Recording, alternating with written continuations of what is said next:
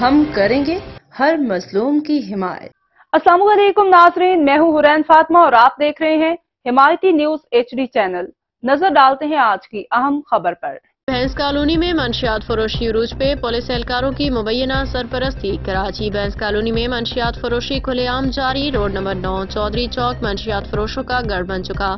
مقامی پولیس اہلکار آصف اور انور قادری پہ سرپرستی کا الزام، علاقہ مکینوں کا احتجاج۔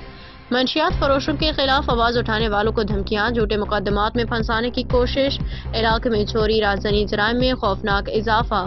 پولیس کی مبینہ ملی بھگت، شکایات کے باوجود کارروائی نہ ہونے پہ شہری سراپا احتجاج۔ اہلکاروں پہ خود منشیات فروشوں کے ساتھ مل کر عیاشی کرنے کا الزام، اعلیٰ حکام سے مطالبہ مکینوں کا، وزیر اعلیٰ سندھ IG پولیس اور رینجر سے فوری نوٹس لینے، سخت کارروائی کا مطالبہ۔ احمد بن حمایتی کی خصوصی رپورٹ۔